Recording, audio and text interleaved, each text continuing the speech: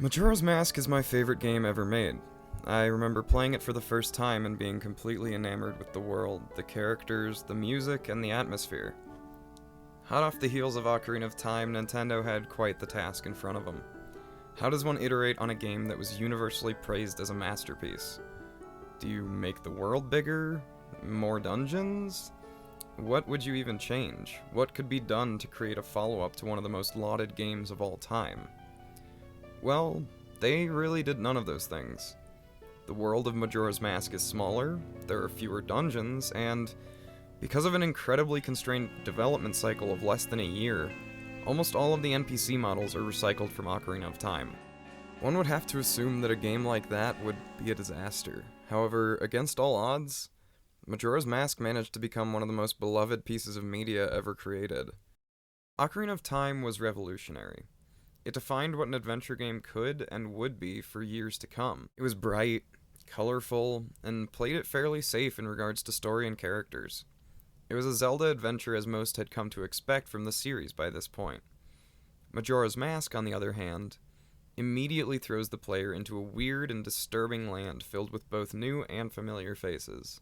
Beginning the game, our only introduction into the story is that Link is searching for a friend that he parted ways with at the end of the previous game. If you've played Ocarina of Time, it's fairly easy to infer that the friend in question is Navi the Fairy, who is seen flying away after the Master Sword is placed back into its pedestal at the end of the game. After that introduction, though, everything is immediately thrown into disarray. Link is jumped by this funny little fella who steals Link's ocarina and his horse. After chasing him down, the game shows its true colors. Link falls into a pit, and we see images of strange drawings before landing in a bizarre environment. Almost immediately, it becomes apparent that this will be a very different experience from previous entries in the series. I'm gonna skip ahead a little bit, but in case you don't know, you get turned into this tree guy, and your goal for this first section of the game is to get your human body back. Fast forward a bit, and we meet a man who says that his precious mask has been stolen, and he needs us to get it back. With that, the game really begins. We have 3 days to get his mask back, or something terrible will happen. Which, as soon as we exit into the world, it's quite apparent what that terrible something will be. This game is so special, in that even for being an N64 game, it still manages to feel like a living, breathing world. We see so many people going about their days. The carpenters working on the tower in the center of the town. The mailman delivering letters. We're greeted with shops and interactions that are only accessible at certain times of day and on the right days. We see a world in which it is very easy to see past the limitations of the hardware and experience a truly beautiful and strangely human experience. It's been said so many times before, but this game is dark. Not in an edgy or lame way, but in a, oh, wow, that's really kind of fucked way. In a way that calls to mind the darkest of human emotions. Throughout the darkest moments of this game, we see so much sorrow. We see families torn apart by grief over the loss of loved ones. But we also see the ways that these people carry on in spite of it all. On the first 2 days in Clocktown, people can be seen all across town. We see this guy who really needs to cool it a little. We see this dude who kind of looks like George Harrison if he lived in the woods for a few years. And this little dog. We see the different ways in which citizens cope with that harsh reality. Entertainers who realize the danger but insist on performing in order to make people smile. Carpenters who try their best to ignore the specter of death hanging above their heads. And some who attempt to forget and drink their worries away. Some deny, some accept it, some even welcome it, but nonetheless they persist. The moon may fall, but they carry on preparing for the Mask Festival. This is what I feel is truly at the heart of this game. Humanity. It can be easy to think that we would act differently, that we would be able to see clearly and change our fate, but in reality it's never that simple. The depictions of grief, sorrow, despair, and hope make this game feel more innately human than anything else I've ever played. The world may be ending, but that doesn't mean we stop being human. I would argue that these moments are the moments in which the light of humanity shines through the brightest. Because even though the world is literally ending, they hold out hope. This is what makes the quest and the story of this game feel so special. It feels important, it feels relatable, and it feels dire. I truly wanted to help these people. This isn't a typical save the princess from the ancient evil. Instead, this game tasks you with not only saving the lives of these people, but also learning about their lives, learning about their struggles. It tasks you with creating a better world for these people. Even if the moon should fall, at the very least you will have connected with them and made their final moments worthwhile. From the very first moments of the game, it's easy to see that they did not want this world to feel mundane in the slightest. Of course, there's the giant moon in the sky about to crash and kill everyone, but the game also makes more subtle decisions to add to that feeling, such as the way that the mask salesman is animated, abruptly cutting from one animation to the next, giving him an almost inhuman feeling. This works so well in contrast with the rest of the characters in this game, because by comparison to the first guy you met here, they're fairly normal. Okay, well, most of them. This game is so incredibly good at balancing that strange, off-putting feeling with wonder at times and genuine emotion in others. One of my favorite parts of the game is the first time you enter the bomber's hideout, walking through a dank underground tunnel guarded by sculptulas before entering into a vibrant and beautiful observatory, which is accompanied by a delightful change in music.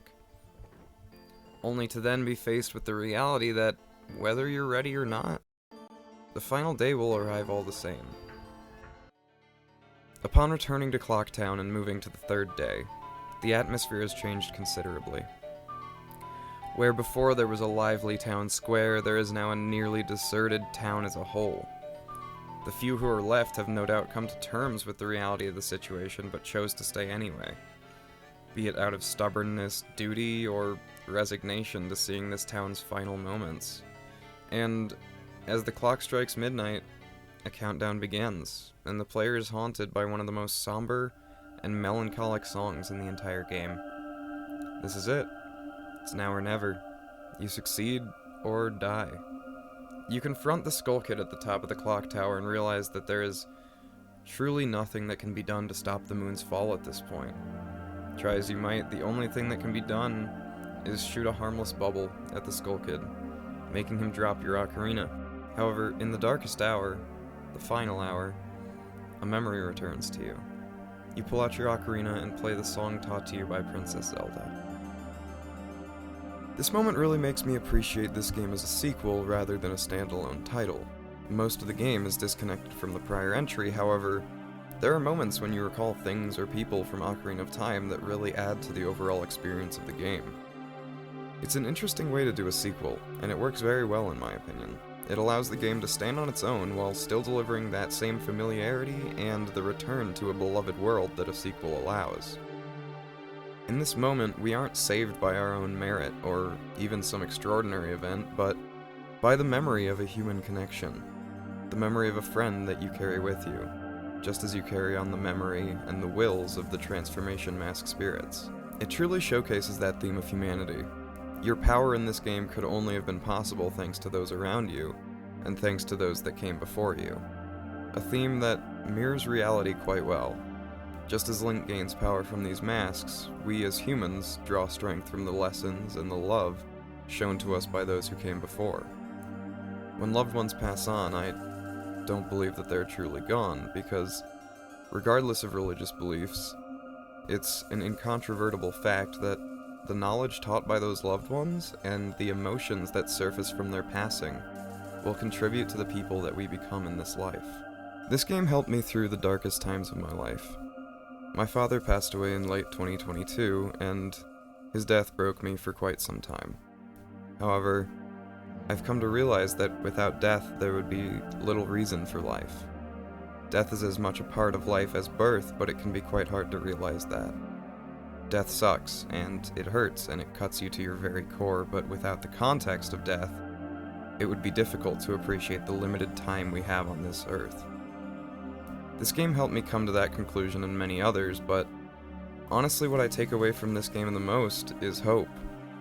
For as depressing as it can be, this game reminds me that no matter how bad things get, there's always a chance to start over. To begin anew with the knowledge gained, just as we do every time that moon threatens to crash into Termina in Majora's Mask. Every time we fall, we have a choice. The choice to rise once more and fight another day, or to lay still and embrace apathy. And though death may approach to claim what is his, I hope to meet him enjoying my last moments.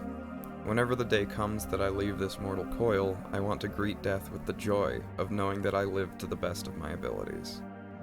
The knowledge that I embodied my father's spirit and utilized his lessons to become a man that he would be proud of.